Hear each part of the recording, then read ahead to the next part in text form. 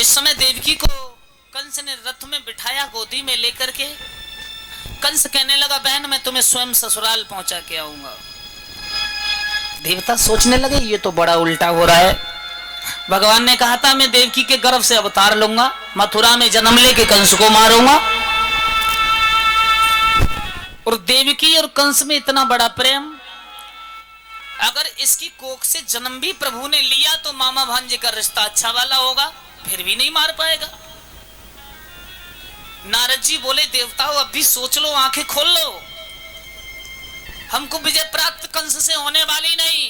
एक देवता कहने लगे कोई बात नहीं, हम जानते हैं रथ ससुराल नहीं पहुंच पाया, बीच रास्ते में है। देवताओं ने आकाशवाणी की और कंस जिस बहन को ससुराल पहुंचाने जा रहा है उसी का 8वां पुत्र तेरा काल होगा। काल रथ खड़ा कर दिया।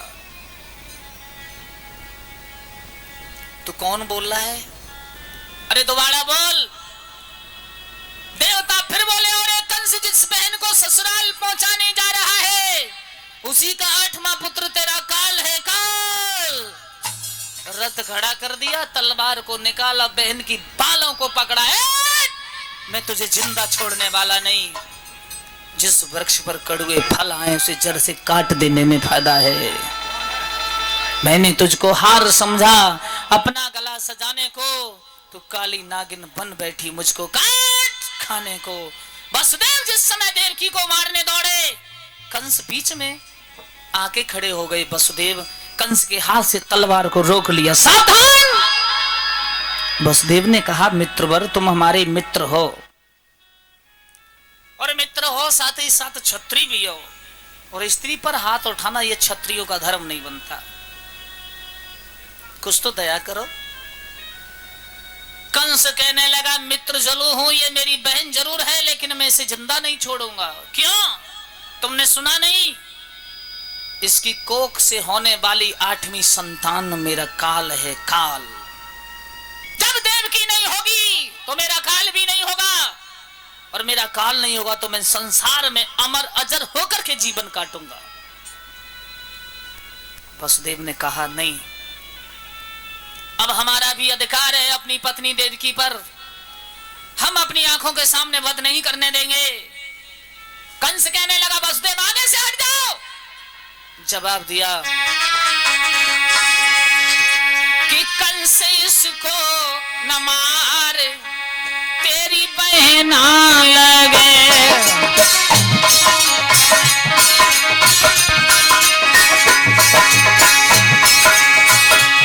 कंस इसको न मार तेरी बहना लगे।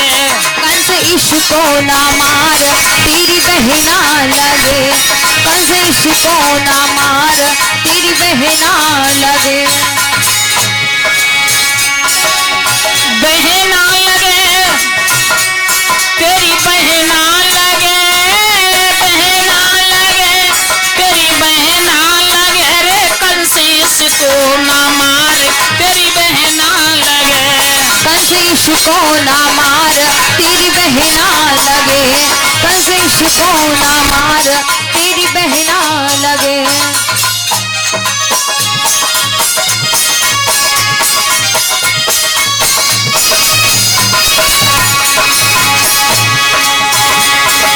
बालापन में पिता मरे और छोड़ मरी महतारी। पिता मरे और छोड़ मरी महतारी। बालापन में पिता मरे और छोड़ मरी महतारी। और बालापन में पिता मरे और छोड़ मरी महतारी। कंसराज तूने अपनी बहना बड़े दुखों से पाली। कंसराज तूने अपनी बहना बड़े सुखों से पाली।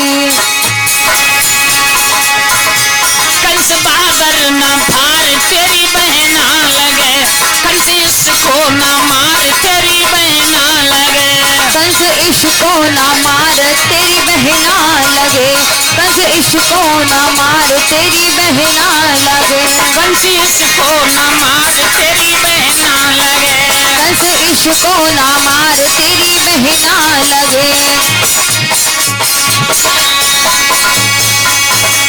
एकदम जवाब दिया कंस मैं इसे मारने नहीं दूंगा। अरे आपकी काल देवकी नहीं, देवकी का होने वाला अगर आपका काल है तो कोई बात नहीं, हम वादा करते हैं जो जो पुत्र पैदा होगा हम तुम्हारे लिए सौंपते जाएंगे। कंस कहने लगा हमको कोई विश्वास नहीं। रथ वापस कर दिया। मथुरा के लोग खुशी मना रहे थे कि एक बहन के लिए भैया ससुराल पहुंचाने गया है, लेकिन रथ को जब आते हुए देखा, देवकी वसुदेव रथ में बैठे हैं, तो मथुरा के लोग सोचने लगे ये क्या हुआ। आदेश हुआ कंस का, मंत्रियों देवकी के हाथों में हथकड़ी पैरों में बेड़ी डाल करके और वसुदेव को भी हाथों से जंजीरों से लटका करके अंदर बंद कर दो जेल में। दरवाजे पर पहरेदार खड़े हो गए। समय आगे चलता चला गया। समय आने पर देवकी के एक बहुत सुंदर बालक का जन्म हुआ है। देवकी कहने लगी पिया तुम्हें मालूम है तुमने ये कहा था कि सिर्फ 8वां ही पुत्र मुझे चाहिए। वसुदेव प्रण के बहुत पक्के निकले, अपने पुत्र को लिया, सामने जाके दरबार में खड़े हो जाए, लीजिए महाराज ये आपकी अमानत है, मैंने कहा था ना जो बच्चा जन्म लेगा मैं आपको सौंप दूंगा। कंस कहने लगा वाह अरे ये मुझे क्या मारेगा, ले जाओ, मुझे तो सिर्फ 8वां चाहिए।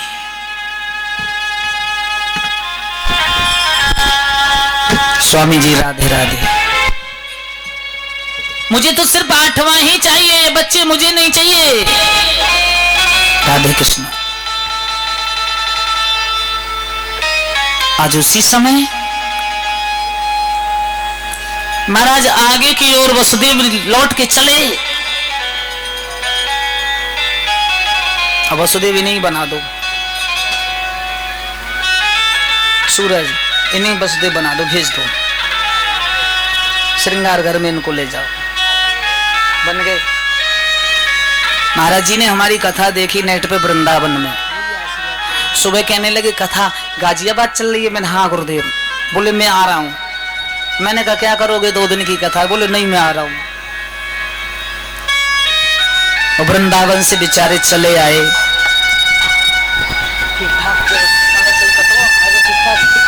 बहुत अच्छा।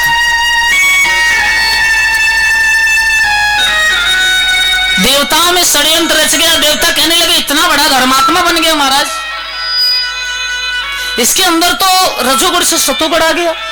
अरे इसने मारा नहीं, इसको पाप का घड़ा नहीं भरेगा तो भगवान का अवतार नहीं होगा। नारद जी से कहा तुम ही कुछ कर सकते हो महाराज।